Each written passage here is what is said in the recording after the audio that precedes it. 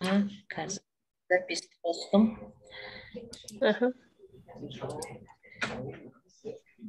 Біз мынау ана жылдары қазақ жазу қатпарлы тарихты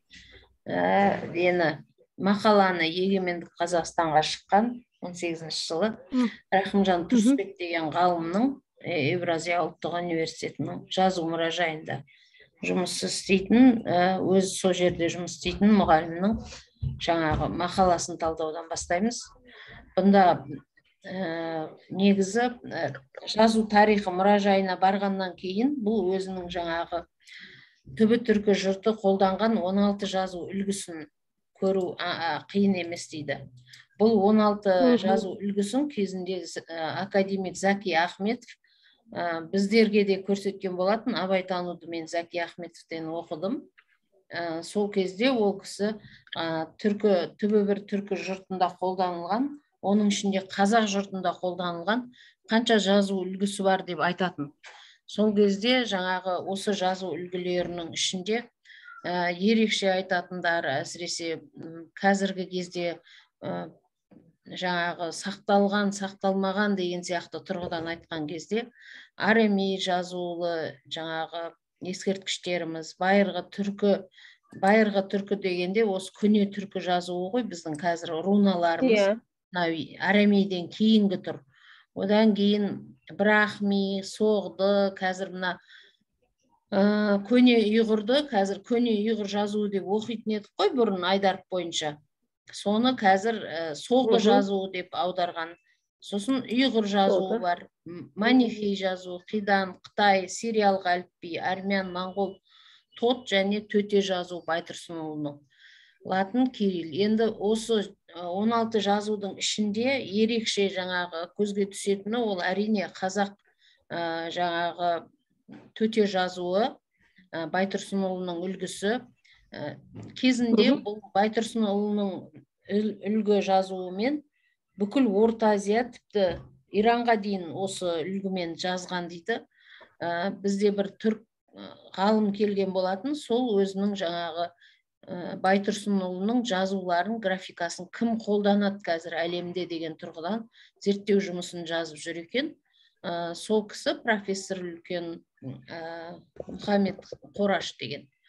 Ол кісімен біз Фейсбукта әлі араласамыз. Сол кісі жаңағы айтқан кезде лекциясында Байтұрсынұлының төте жазуын тек Қытай қазақтары ғана қолданбайды, Моңғолия қазақтары ғана қолданбайды. Сонымен қатар Орта Азиядағы қазақтар алып барып, сөйтіп жалпы Ирандар да, Иран мемлекетінің өзі де қолданады деген тұрғыдан айтты. Бірақ енді Иранның өзінің тілінде емес, ол жаңағы Иранда тұратын сол өзіміздің қазақтар қандастар деп ойлаймын. Енді одан кейін латын әліпбиі 1929 жыл мен 49 жылдың арасында 20 жыл ғана қолданылды. Бірақ соның өзінде ол жаңағы 29 неден тұрып, таңбадан тұрып, бізге өте жаңағы көптеген мәліметтерді, сол соғыс кезіне тура келді ғой. Көптеген мәліметтер осы латын алфавитінде сақталған, қазір ұлттық кітапханада тұр. Кирилл қазіргі әліпбиіміз енді әзірге уақытша деп айтайын, себебі 25 жылға дейін уже несі шықты ғой басқарманың.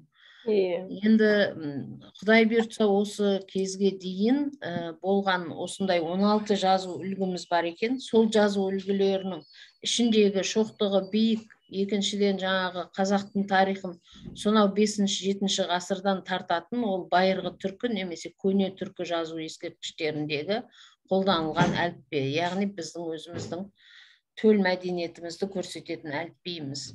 Енді бұл кісінің айтуы бойынша әрбір белгі немесе таңба ерекше танылып, жазу сызу өнерінің даму жолынан түркілік мәдениет, әліпби мәні, ұнамды үлгі, үрдістері кеңінен көрініс береді.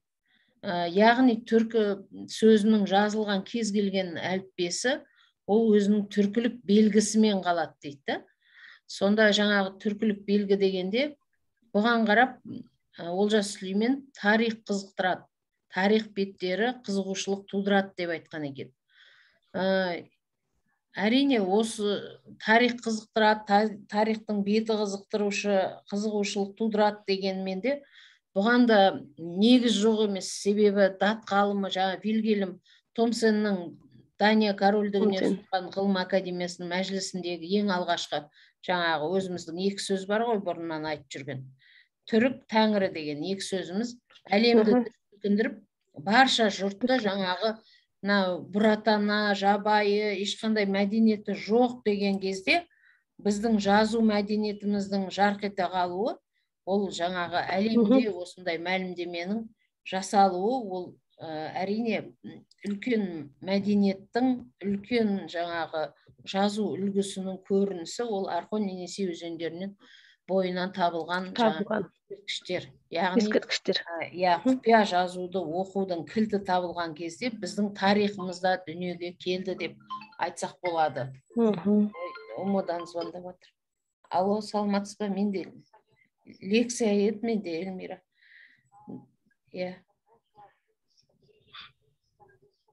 Жоқ қой, оқытушысы жоқ. Әдебиеттану ғана бар магистрант, бір магистрант. КРО-да бір магистрант бар. Өткіздік. КРО-ның бакалавры и несі өтпеген шығар әлі, магистратурасы. Филологтар өтті ма? 2 деңгей олар. Жоқ. Докторантура жоқ филология. Қыбы докторантура. Бірақ докторант, жоқ. Крон өткізбеді ма не? Жаныбек өткізем деп жүреді ғой. Ойбай, не дейді? Мен қазір звондаймын, жақсы. Ой, кешіріңіз, мен звондап дереу айтпасам, срочный жұмысым.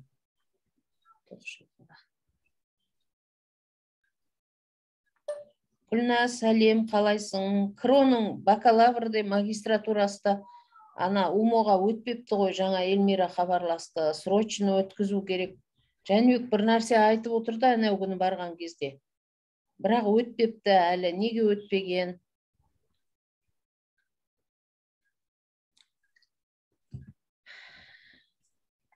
Сонымен менің айтайын деп жатқаным, Орхон мен Енисей өзендерінің бойынан табылған жаңағы тастардың жазудың кілтін оқыған уақыттан бастап бүкіл түркі халқы әлемдік өркениеттің ең жаңағы жоғары жағында тұрған бір халық екені барлық әлемде жаңағы белгілі болды. Енді сол екі сөзді айтады бұл кісі де, мына жерде тәңірі түрік деген екі сөзді. Әрине сонымен мақтанамын дейді, мадақ сезімде бөленесің дейді алғашқы естіген кезде. Енді қазақ жазуының тарихында назар аударған тағы бір сөз жоқ, әрине. Қазақ білімпаздарының тұңғыш жаңағы несі Орынборда болған. Алдымен Орынборда болады, міне 1924 жылы. Сосын екінші дүниежүзілік түркология құрылтайы маңызды жаңағы рөл атқарады. Маңызды рөлге ие, себебі ол Бакудегі 1926 жылғы 26 ақпан мен 6 наурыздың арасында болған бұл нәрседе Байтұрсынұлы негізінен жақсы мәлімдеме жасаған.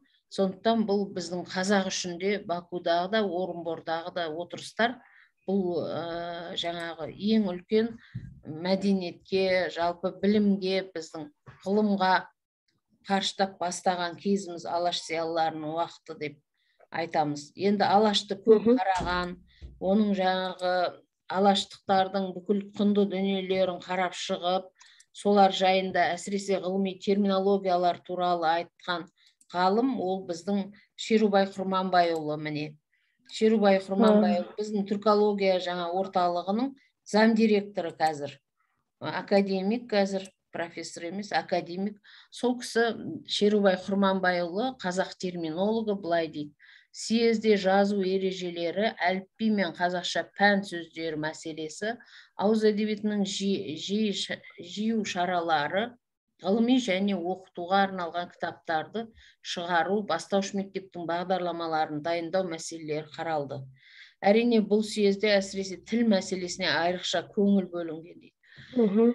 Осы кезде жаңағы қазақ білімпаздарының құрылтайында, яғни Орынборда 24-ші жыл болған кезде жазу ережелері деген мәселеде Байтұрсынов және Елдімар екеуі жаңағы алдына жан салмай сөйледі дейді. Ал ауыз әдебиетінде ол Халел Досмұхамедұлы мен жаңағы Нәзір Төреқұлының еңбек баяндамалары мықты дейді. Енді осы тұста тағы да бір айтып кететін дүние, ол түркі тілдес халықтардың арасында әліпби мәселесі негізі артық кем тұстары, ереже, емле, дыбыс жүйесіне үйрену мен үйретуге қатысты жағдаяттар қозғалады. Сол кезде Байтұрсынұлының әліпби түзу деген түрік халқын жұртында көптен келе жатқан мәселе екенін әр қырынан ашып кеңінен сөз етеді. Яғни жазу сызудың барлығын ең алдымен жаңағы Байтұрсынұлының осы талдауының, салыстыруының арқасында ғана өзіндік ерекшеліктерін көрсеткен сол баяндамасы әліпбиге тән белгі ерекшеліктер, қасиеттер төмендегіше айтылады. Жақсы әліпби тілге шақ болуы керек. Өлшенбей тігілген о жер бұ жері бойға жуыспай, қолбырап, солбырап тұрған кең киім сияқты артық әріптері көп әліпби де қолайсыз. Бойыңды қысып, тәніңді құрыстырып, тырыстырып тұрған тар киім сияқты әрпі кем әліпби де қолайсыз болады дейді. Осы 24 әріптен тұратын жәдид, яғни жаңа әліпби түзді Байтұрсынұлы. Араб жазуын жаңағы алып, сол арқылы классикалық араб жазуын сәл өзгертіп, қазақша жаңағы біздің өзіміздің қолданысымыздағы дыбыстарды берді. Енді сол дыбыспен көптеген қазақ халқының өкілдері жан-жаққа шашыраған кезінде олардың барлығы сол жазумен жазады күні бүгінге дейін.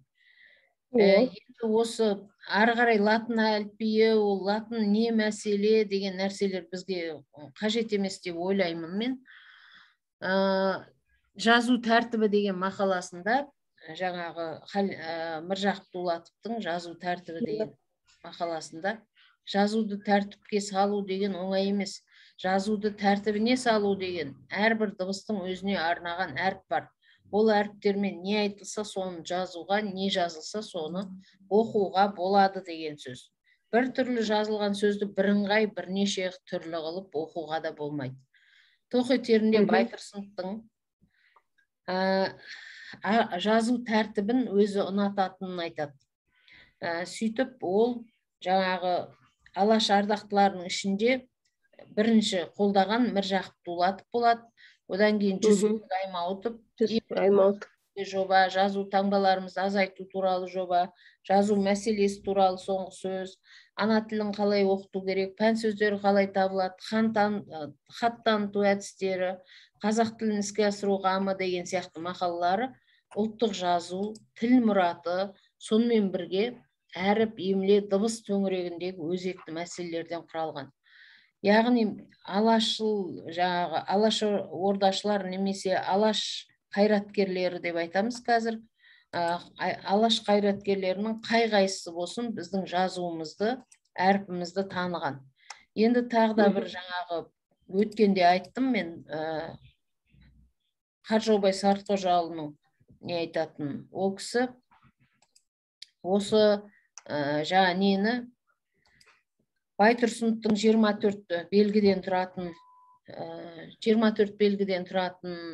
жаңағы төте жазуы мына архон жазуымен сәйкес келеді деген дүниені айтады.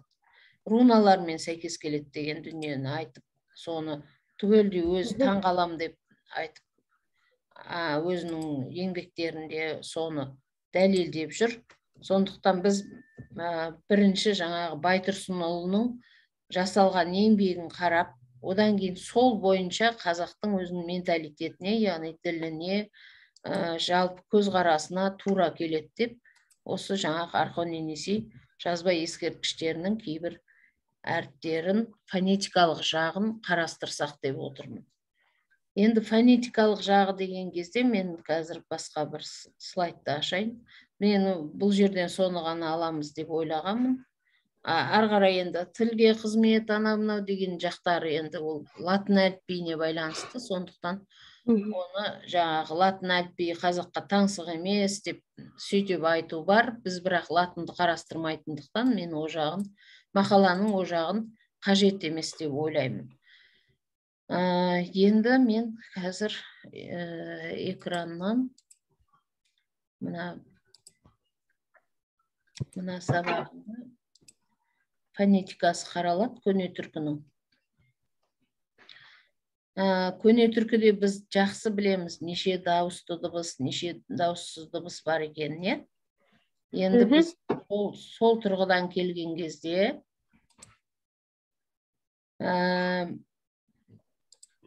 міне көне түркі тілінде, яғни жаңағы руна жазуымен жазылған ескерткіштеріміздің тілінде 8 дауысты дыбыс бар. Оларды зерттеушілер кезінде де қазірде де жаңа еріннің қатысына қарай, езу дыбыстарына қарай деп бөледі. Жасалу жолдарына қарай деп бөледі. Немесе жаңағы жасалу орнына қарай деп бөледі, жуан жіңішке деп. Жуан жіңішке. Қалай бөлген жағдайда да осы жаңағы 8 әріпті, 8 дыбысты айтады. А, О, У, сосын Е, У, Ö. Осы 8 дыбыстың енді жағдайы қандай болды деген кезде, мына кім Жанболат Аралбаев деген кісі қазақ тілі дауыстыларын зерттеуші өзі, вокализмді. Ол 3 кезеңге, дауысты дыбыстардың жүйесі негіз дамуында 3 кезеңнен тұрады дейді. Соның ең бір негізгі кезеңі ол көне түркі кезеңі, яғни руналар кезеңі дейді. Руна жазумен жазылған. Және екіншісі орта түркі кезеңі, оған жаңа бүкіл сонау кімнен Қорқыт Атаның кітабынан бастап ең соңғы түркі шежіресі бар, 16-шы ғасырда деген Әбілғазының, соған дейін кіргізген. Сосын жаңа түркі кезеңі дейді, оған хандық дәуір кезеңі немесе жыраулар поэзиясының тілі. Сол мәселені кіргізеді. Сонда осы қазақтың дауыстылары осы кезде дамыды дейді. Түркі тілдеріндегі фонетикалық өзгерістердің барлығы осы 3 кезеңді қамтиды дейді. Әсіресе оның жаңағы ең бір ерекше айтатын пікірі көне түркі кезеңінде 3 қана дауысты фонема болды дейді. Фонема дегені жаңағы дыбысты беретін осындай формасы. А, О деген.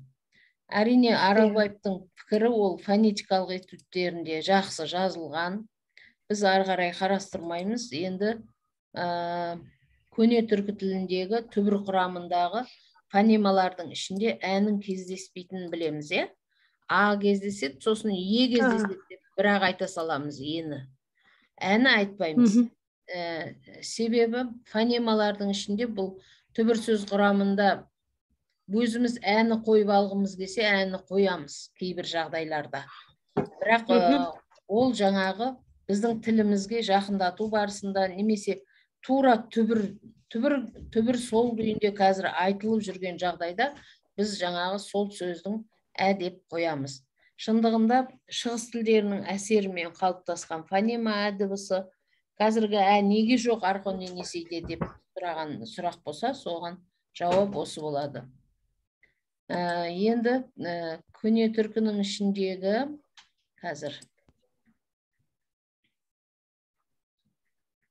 көне түркінің йоған, тақ, суық, бақ деген сөздері қазіргі қазақ тілінде де, қырғыз тілінде де әртүрлі болып сақталған. Мысалы, бұл енді созылыңқы дыбыстарға байланысты. Мысалы, йоған деген жуан, жон, немесе тау деген, то деген сияқты. Су, бу. Юнғу. Алло. Қалайсың? Мен де лекция Гүлназ. Жоқ, кетіп қалдым үйде, зумдамын. Жіберейін, Жақсы. Сонда менің айтайын деп тұрғаным жаңағы юнғу, иегін деген сөздер жаңағы жуу немесе жиен. Келесі қағур. Забира оқи берші келесін. Апай, мұнда көрініп тұрған жоқ қой, сіз басқаны айтып жатсыз ба? Демонстрация болмай жатыр ма? Ойбай, не дейді? Мен мынаны жауап, мен деген ананы. Қара сомен.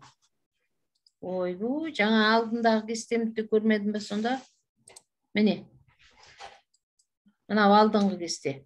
Дыбыстар 8 түрлі дауысты дыбыс бар деген кесте. Одан кейін міне.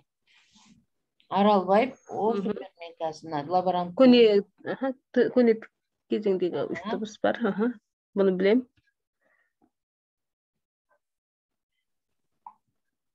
Енді келесі мынау түсіндіріп жатқан таблица мынау болатын. Бұл жерде дифтонгілермен келетін сөздер жаңа қырғыз тілінде өте созылын қайтылады. Ал бізде мынаған жақын деген тұрғыдан айтылып тұр ғой енді. Йоған деген жуан деген сөз. Тақ деген тау деген сөз. Суық дегенде мына ғы деген түсіп қалып, қазір су күйінде. Бақ дегені бұл күйінде. Бау ғой мынау. Бақ дегенді. Бақ, бау. Мына қате кетті. Енді юнғу дегені. Юнғу. Егін. Егін. Сосын қағур. Қуғур. Ойбай. Қағур. Қуғур, қуу. Осындағы жаңағы қуғу дегені біздің қу. Аққу жаңағы. Аққу дегендегі қу ғой кәдімгі құстың аты. Иә. Енді ары қарай енді көне түркідегі у дыбысы жаңағы көне түркінің керемет жазылған кітаптарының бірі ол сравнительная историческая грамматика. Сравнительная историческая грамматиканы Севардиан жазған кезінде соны барлық одақтың түркологтары қарап өзіне жаңа қазақша аударып, қырғызшаға аударып, башқұртша аударып, кәдім кең етек алды ол түркітанушылардың ішінде Совет одағының уақытында. Сонда у дыбысынан басталатын сөздер қазақтың о дыбысынан басталған уқ, оқ, ур, ұр, үш дейді. Иә. У дыбысынан басталған сөздің бәрінде біздің о дыбысымыз тұрады. Оны қойсаң бірден қазақтың сөзі болып шыға келеді. Енді көне түркі у дыбысы басқы буында және екінші буында да айтылған. Қазіргі уақытта ол сөздің соңында жаңа ауслауыттық позиция дейміз ғой. Ең соңында, сөздің соңғы буынында айтылып та жүр. Ал ол кезеңде, көне түркі кезеңінде бастапқы, яғни анлауыттық және инлауыттық, яғни сөздің ортаңғы буыны мен алдыңғы буынында ғана айтылған. Енді осы жерде тағы да бір ерекше айтатын дүние ол қазақ тілінің өзі әлем тілдерінің алдындағы ерекшелігі болып танылатын буын үндестігі сингармонизм заңы болатын болса, сол заңның үйлесетіндігі және кейбір түркі тілдерінде ол жаңа ілік-септік жалғау у дыбысынан басталып айтылатыны. Осы жайында бұл жерде. Енді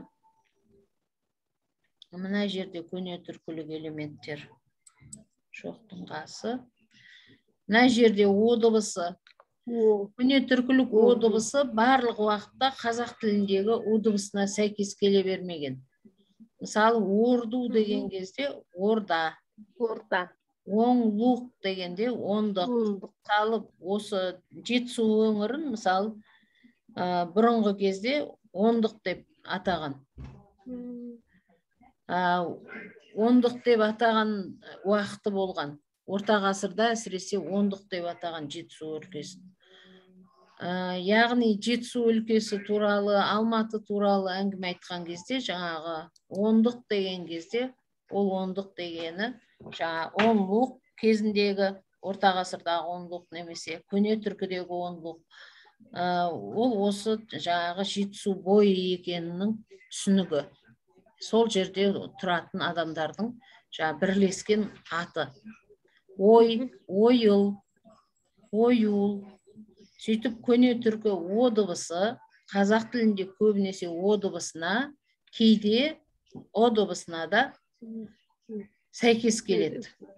Енді о дыбысына сәйкес келетін уақыты, мысалы, көне түркіде жаңағы ө деген сөздің басында осы позицияда келуі, яғни анлауттық позиция дейміз, бұны. Өкін дегенде, мысалы, өкін, өч, өлік, немесе өчөн дегенде. Сөздің екінші буынында байқалатын еріндік ықпалы у тәрізді. Қазіргі қазақ тіл орфоэпиясында, яғни сөйлеу тілінде деген сөз ғой, орфоэпиясында деген. Сөйлеген сөз салтында, сөзді қолдану салтында ол сақталған. Одан кейін осы көне түркіден қалған осындай көне түркілік ө дыбысының қысқарып оға немесе уға айналуы негізінен бізде жаңағы қазіргі уақытта да сақталған түрі бар. Ол көл, көз, күз деген кезде үч, өч, өс, күн, көн, көне түркілік өгір, оғуз сөздері үйір, өзен түрінде орныққан.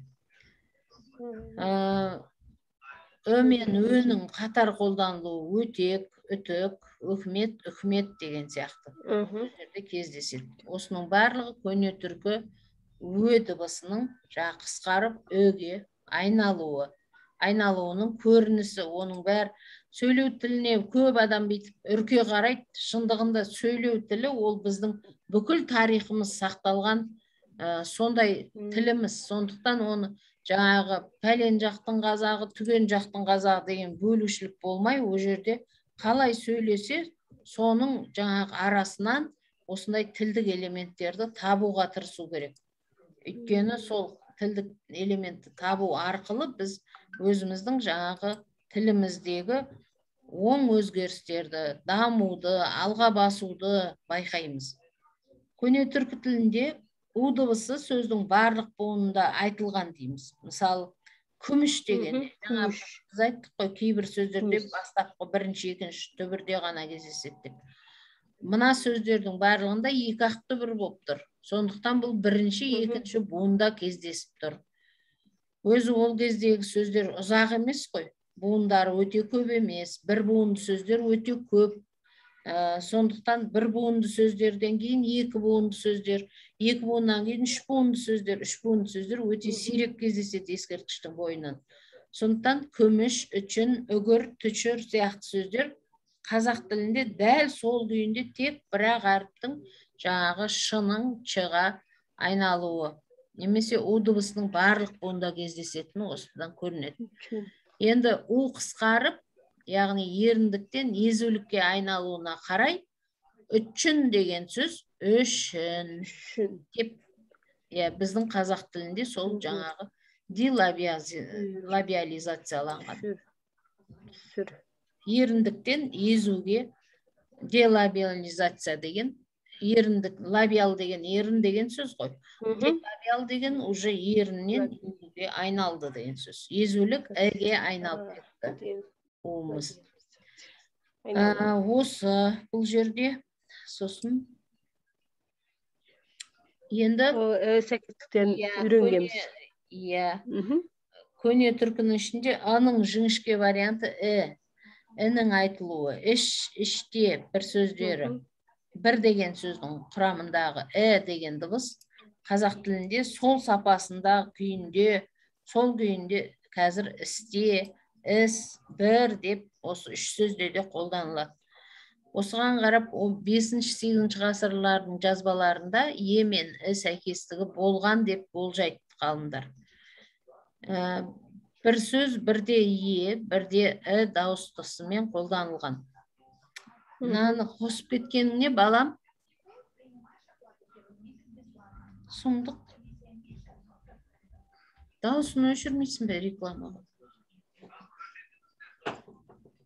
Сонда дыбысы қазақ тілінде сол сапасында сақталғанын байқадық, иә?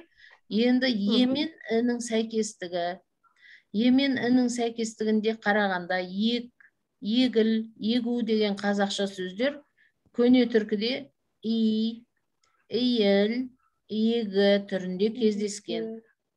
Сонымен бірге, ал біз айтып жүрміз, кейіннен орыс келіп бізге егінді үйретті деп қоямыз өзіміз.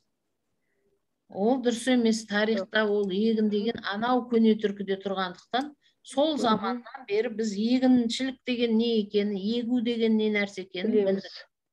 Бір нәрсені егу түрінде кездеседі. Сонымен бірге егінді е сәйкестігі қазақ тілінде кей сөздердің құрамында да кездеседі. Мысалы, қазақ тілінде кірпіш десең, ал диалектісінде керпіш деп айтатын қазақтар бар қазақтың жерінде. Зерек деп те айтады, зирек деп те айтады. Бұл нені білдіреді? Мына керпіш, зирек деген үлгілер сөйлеу тіліндегі ол көне түркілік жазбаға біздің жақын тіліміз бар екенін көрсетеді. Яғни, әрбір дыбысты өткен кезде, әрбір дыбыстың көне түркілік қасиетін білу үшін ең алдымен жаңағы дыбыстарды көне фонетикамызды қайта-қайта қарастырған Мархабат Томановтың кітаптарына сүйенеміз. Өйткені ол қазақ тілінің тарихи грамматикасы, оның ішінде фонетика деген бөлімін жазған. Сонымен қатар морфологияны жазған. Енді көне түркіде жаңағы ен деген сөз, мысалы, еген, жиен, егрен, жирен, мына г-ні қосқан кезде бірден и бар деген сөз ол жерде. Мына г-ні бір сөздің құрамында егер г немесе ғ дыбысы кездесетін болса, онда ол осы жаңағы жирен деген сөз, мысалы, мына ұзақ иді береді, қысқа иді береді. Енді осы қазір мына иіміз қысқарып, мына жерден и деп, жирен деп жазып жүрміз ғой, мынандай. Мынаны жоқ деп ойла. Сонда жирен деп бес әріппен жазып жүрміз. Ал бұл негізінде жаңа жирен болып жазылу керек, мынандай болып. Осылай айтылады, осылай сөйленеді, осылай дыбысталғандықтан ол жирен болады, қысқа и.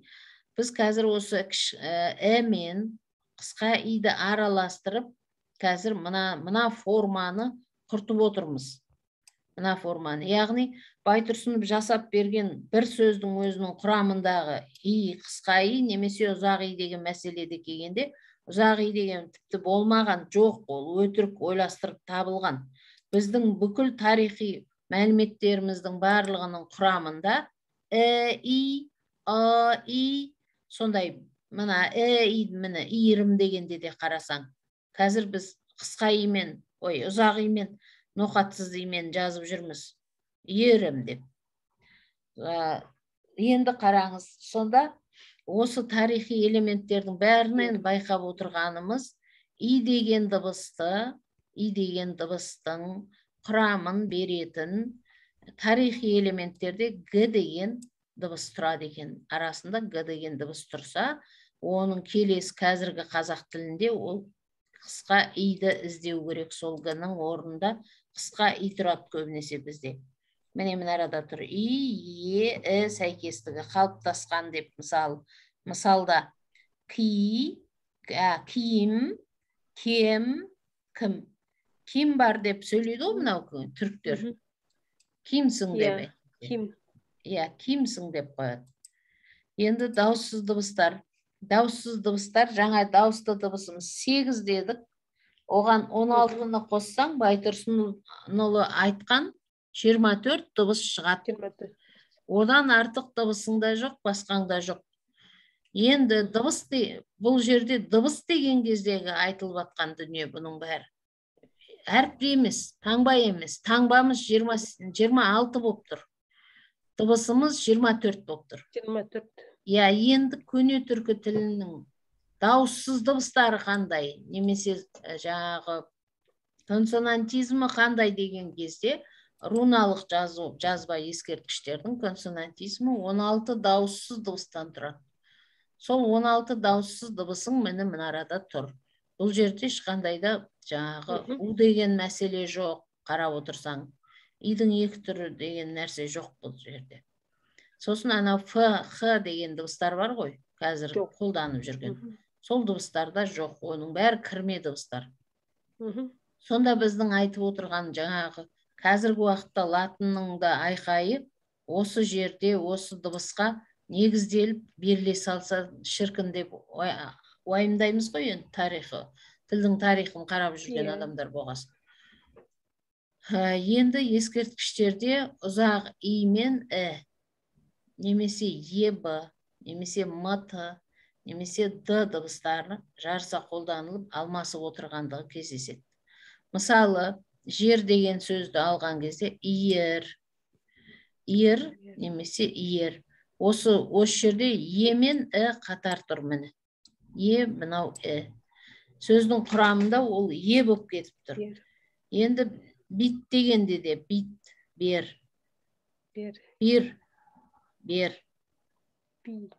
Бит емес мынау, бер ғой. Бир ғой, бир. Бир дегенді өткенде айтқан Олжас Сүлейменовтің Азия деген кітабының ішінде бір деген сөзден первый деген орыстың сөзі шыққан деп айтады ол. Первый деген жаңағы сказка о полку Игореве деген 12-ші ғасырда бір манақ жазып берген жылнамалары бар ғой олардың жалғыз. Жылнамасының ішіндегі сөздің өзінде первый деген первый болып жазылып тұр дейді. Первый, бірінші деген. Сонда біздің бір деген сөзіміз сол первыйды шығарды олар содан қарап отырып. Енді қолданды немесе қазақпен қатар тұрып қолданды ма, енді оның тарихын тағы да іздестіріп жатыр ары қарай. Бірақ оның анық ашқаны жаңа первый деген сөз бір дегеннен шығады деген логикалық әдемі үйлестіру. Енді екі, еті, жеті, қазір жеті дейміз, келді. Сол мына д мен т кешегі олар тым деп айттық қой, олар тым деп. Олар тім. Қазір д, олар дым. Анта, анда. Енді сөз соңындағы ың дыбысы немесе н, г, ғ, к, қ дыбыстарына сәйкес қолданылуы. Еңін, егін, иің, ялыңыз, ялғыз, иіңне, міне игне. Игне деп тұрса, уже и ұзақ деген сөз бұл жерде. Жаңағы айтқан. Сөздің басында аналогтық позицияда ұяң б дыбысының қолданылуы. Жаңа бір дегенде немесе бер дегенде. Ойбай. Қ екі дауысты арасында ұяңданбай қолданылған сол уақытта. Мысалы, олар қынта, егірмікі. Көне түркі ескерткішінің сөз соңында с-ш дыбыстарының алмасуы кездеседі. Мысалы, ұзақ и мен б, п, м, п мен м, т мен д жұп дыбыстар бір-бірінің орнына екіншісі қолданып, бір сөздің өзінде де көрініп тұра береді. Мысалы, ш мен с-ның қатар қолданылуы кездеседі. Істеген варианты ол қазақы вариант бар екен ішінде деп қуанып біз отырамыз. Іштеген вариантты таубағанда оғыздың балалары қуанып отырады. Сол сияқты кісі деген сөзді де солай. Кісі, кіші. Енді оның себебі неде деген кезде, оның себебі жаңағы дауысты дыбыстардың, бұл арқон жазу оң жағынан жазылатын жазу ғой. Оң жағынан жазылатын жазу біріншіден. Екіншіден, бұның да арасында жаңа тәңірі, түрік деген сөздердегі сияқты құр жаңағы дауысты дыбыс мықты, ол кезде дауысты дыбыс, дауыссыз дыбыс деген үлкен рөл атқарған кезі күш жігердің бәрі дауыссыз дыбысты атауға кетеді. Ал қасындағы жаңағы жай ғана дыбысты алып тұрған дыбыстардың барлығы дауысты дыбыстар. Сондықтан дауысты дыбыстың рөлі сонша мықты болған жоқ ол кезде. Сондықтан да біз жаңағы дауыссыз дыбысқа көп көңіл бөліп, дауыссыз дыбыс арқылы ғана біз сөздің түбін тауып алуымызға болады. Мысалы, алп мыс деген сөзде алты немесе алпыс дейміз ғой, тіпті т түсіп қалған ғой қазір. Енді п-ны ғана айтамыз. Сондағы мына т-ның элизияға ұшырауы, мысалы, ол дыбысталуына қарап, ал дегені, мысалы, бастапқы буыны сақталып тұр, сол санның.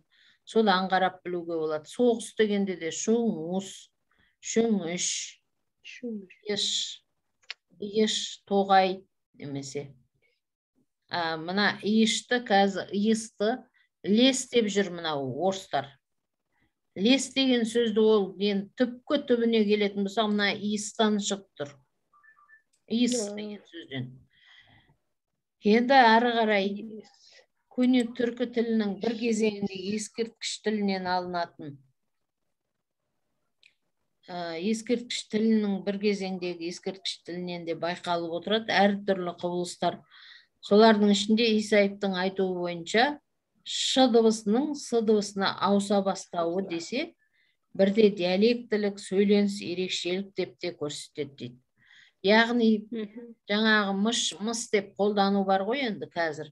Болыпты мыш деп бір жер ш деп қолданады. Болыпты мыс дейді.